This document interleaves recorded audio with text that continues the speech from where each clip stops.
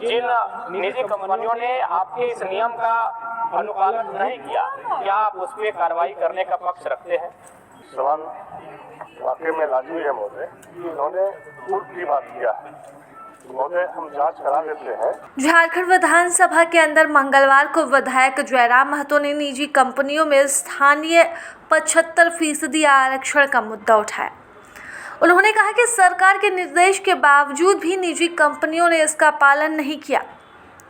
वह कहते हैं कि सरकार से यह मांग की कि जिन कंपनियों ने इसका पालन नहीं किया, क्या सरकार वैसे कंपनियों पर कार्रवाई करेगी? जयराम महतो के इस सवाल का जवाब मंत्री संजय यादव ने दिया और वह कहते हैं कि हम इसकी जांच करवाएंगे।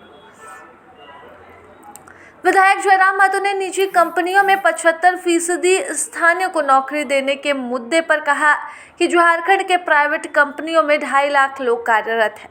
इनमें से केवल 53,000 लोग ही ऐसे हैं जिन्हें यहाँ पर नौकरी मिली है।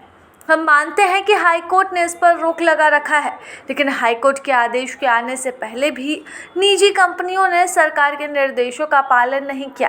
उन्होंने सरकार से जानना चाहा कि क्या वह इसका पालन न करने वाली कंपनियों पर कार्रवाई करेंगे। इसके जवाब में श्रम मंत्री संजय प्रसाद यादव ने कहा कि हम पहले इसकी जांच कराएंगे। अगर किसी कंपनी ने इसका पालन नहीं किया होगा तो इस पर कड़ी कार्रवाई की जाएगी। धन्यवाद अध्यक्ष महोदय। इस प्रश्न का उत्तर मुझे पूर्व में प्राप्त हो चुका है और चूंकि माननीय मंत्री महोदय नया प्रभार है, इसलिए मैं इनको इस कार्य के लिए विशेष दोष नहीं दूंगा, लेकिन ये काफी गंभीर प्रश्न है और उत्तर में इन्होंने स्पष्ट कर दिया है। क्योंकि मैंने ये प्रश्न मांगा था कि झारखंड के लोग निजी उद्योगों में कितने बहाल हैं, तो इनका उत्तर था, विभाग का जो उत्तर हमें मिला है, जिसमें इन्होंने 2.5 लाख के आसपास बताया कि इनके पे रोल में नामित है, जिनमें मात्र 53,000 झारखंडी है। और उसके बाद अध्यक्ष महोदय, सरकार का उत्तर है कि माननीय उच्च न्यायालय ने इस पर रोक लगा दिया है। ठीक है, हम भी मानते हैं माननीय उच्च न्यायालय ने रोक लगाया है दिसंबर के महीने में। तो अगर दिसंबर से पूर्व, यानी आपके पास जो डेटा है, जाहिर सी बात तो दिसंबर से पूर्व है, और अगर दिसंबर से पूर्व का डेटा है अध्यक्ष महोदय, तो इसका मतलब ये स्पष्ट है कि सरकार के लाख प्रयास के बावजूद भी इस नियम का अनुपालन नहीं किया गया है। निजी क्षेत्रों में 75% के आरक्षण को बिल्कुल अनदेखा किया गया है। इसलिए मेरा सीधा सवाल यही होगा कि अगर जिन निजी कंपनियों ने आपके इस नियम का अनुपालन नहीं किया, क्या आप उस पर कार्रवाई करने का पक्ष रखते हैं? अध्यक्ष महोदय, चूंकि उच्च न्यायालय ने इस पे रोक लगा दिया गया है और जो माननीय विधायक जयराम महतो जी का सवाल है, सवाल वाकई में लाजमी है महोदय। इन्होंने पूर्व की बात किया है महोदय, हम जांच करा लेते हैं।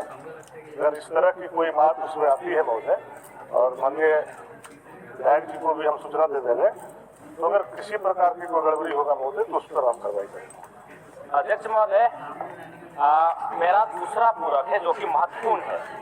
माननीय उच्च न्यायालय में चल रहे इस मामले में सरकार की तैयारी क्या है? कहीं ऐसा ना हो 2009 में भी स्थानीय नीति हम लेकर आए थे, उच्च न्यायालय में रोक लगी और सरकार ने से उसके ऊपर के सदन में चुनौती नहीं दिया, जिसका परिणाम आज 25 साल के बाद भी झारखंड का आम जनमानस भुगत रहा है। तो मान के चलिए अगर नकारात्मक निर्णय आता है, उच्च न्यायालय की बात हो रही है इस नियोजन नीति में, अगर मान के चलिए हमारा नकारात्मक उत्तर आता है उच्च न्यायालय के द्वारा, तो उस समय सरकार की तैयारी क्या है और सरकार की कार्य योजना क्या है? सरकार किस प्रकार इस गंभीर विषय से निपटेगी? मैं ये सरकार के माननीय मंत्री से जानना चाहता हूँ।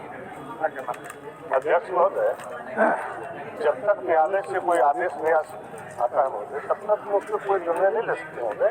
और जब उच्च न्यायालय से आदेश आ जाएगा महोदय, उसको देख लेंगे, फिर राजहित में जो निर्णय होगा महोदय हम लोग करेंगे।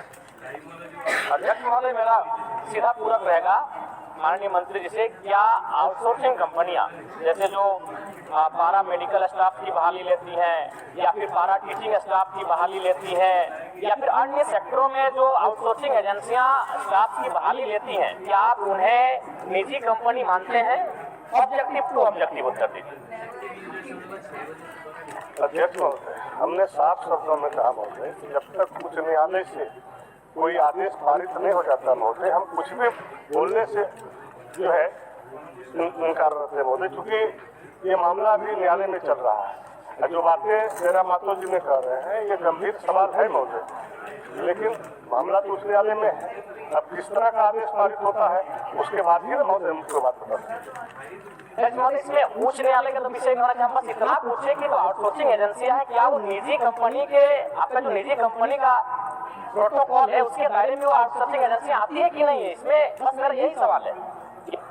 यहाँ जो बहाली ले रही है वो निजी कंपनी है या नहीं है?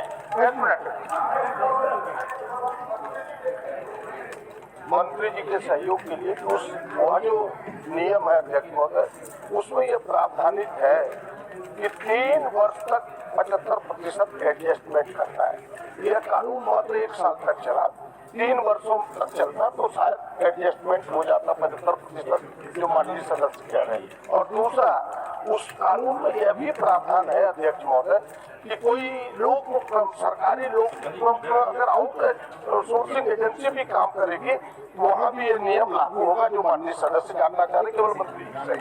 एक मिनट मंत्री जी, मंत्री एक मिनट मंत्री प्रभातखबर.com, विश्वास वही, रफ्तार नहीं।